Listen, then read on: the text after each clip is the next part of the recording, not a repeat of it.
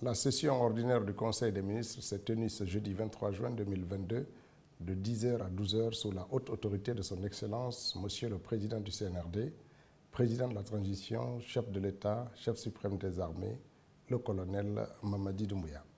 Les points suivants étaient inscrits à l'ordre du jour.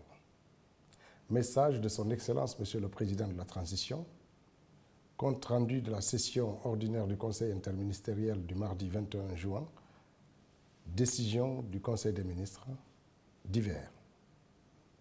Message de son Excellence, Monsieur le Président de la Transition. Son Excellence, Monsieur le Président du CNRD, Président de la Transition, chef de l'État, le colonel Mamadi Doumbouya, a porté principalement son message sur 4 points. Le premier, le cadre de concertation, le prix de référence de la bauxite, le chronogramme de construction des raffineries, la communication gouvernementale. Le cadre de concertation, conformément aux engagements pris depuis le 5 septembre 2021 par son Excellence, Monsieur le Président de la Transition, de faire de l'inclusivité son cheval de bataille dans la conduite de la transition. Un décret en date du 6 avril 2022 a créé le cadre de concertation inclusive. Depuis, ces activités ont été lancées et ont connu un début d'exécution. Le chef de l'État a rassuré les membres du Conseil que ces activités se poursuivront, car il estime être convaincu que c'est par l'inclusivité que les Guinéens réussiront à surmonter les nombreux défis du développement. Le président de la transition a saisi l'occasion pour féliciter et remercier toutes celles et ceux qui se sont impliqués dans ce travail d'intérêt national. CNRD, Premier ministre, gouvernement, CNT, CNA, politique, société civile et les nombreux anonymes, qu'ils soient guinéens ou pas. Le chef de l'État a invité les membres du gouvernement à écouter et à recueillir les avis des Guinéennes et des Guinéens, ceux de l'intérieur comme ceux de l'extérieur, afin que la transition puisse continuer à répondre à leurs légitimes aspirations. Le prix de référence de la bauxite. Le président de la transition a invité les membres du Conseil, plus précisément les ministères des Mines et le pôle financier du gouvernement, à s'impliquer davantage pour que le prix fixé soit en conformité avec les standards internationaux et ce, dans le strict respect du contenu du code minier. Le chronogramme de construction des raffineries. Sur le chronogramme de construction des raffineries, le chef de l'État a déploré qu'en dépit des instructions qu'il a données relatives à l'établissement d'un chronogramme de construction des raffineries, force est de constater qu'on est loin des résultats attendus. Il a donc instruit le ministre des Mines de faire la situation dans un bref délai afin de favoriser la prise par ses soins de dispositions idoines dans l'intérêt supérieur de la nation. Le président de la transition a rappelé que sa détermination à défendre la Guinée était totale. À cet effet, il a ordonné que les dispositions au cas par cas soient prises jusqu'au respect par les sociétés de leurs engagements. Compte rendu du Conseil interministériel.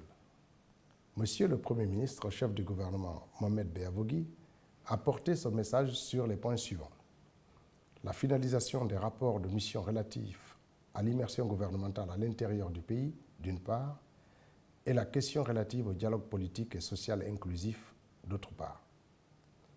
Sur la finalisation du rapport d'immersion gouvernementale, le chef du gouvernement a fait remarquer la nécessité d'achever le 4e rapport ainsi que le rapport de synthèse.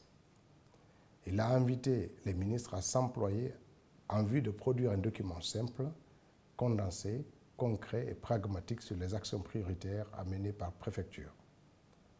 Pour le Premier ministre, ces actions doivent être orientées autour de l'efficacité de la démarche administrative décentralisée, d'une part, et celles liées aux infrastructures routières, sanitaires et éducatives à l'intérieur du pays, tout en tenant compte dans cet exercice des contraintes financières de l'État et du cadre des dépenses à moyen terme, d'autre part. À ce propos, le chef du gouvernement a convoqué la tenue d'un pôle économique extraordinaire qui sera consacré à la définition des enveloppes financières qui seront imparties à chaque département ministériel dans la mise en œuvre du programme de l'immersion. Quant au dialogue politique et social inclusif, le chef du gouvernement a insisté sur la nécessité absolue du dialogue dans le cadre de cette transition historique pour notre pays.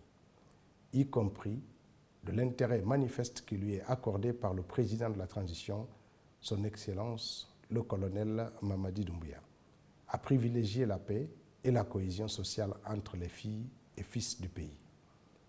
À cet effet, le chef du gouvernement a instruit le ministre de l'Administration du Territoire et de la Décentralisation d'organiser une rencontre entre tous les acteurs de la vie politique et sociale de notre pays et a demandé activement l'implication de tout le gouvernement dans ce processus.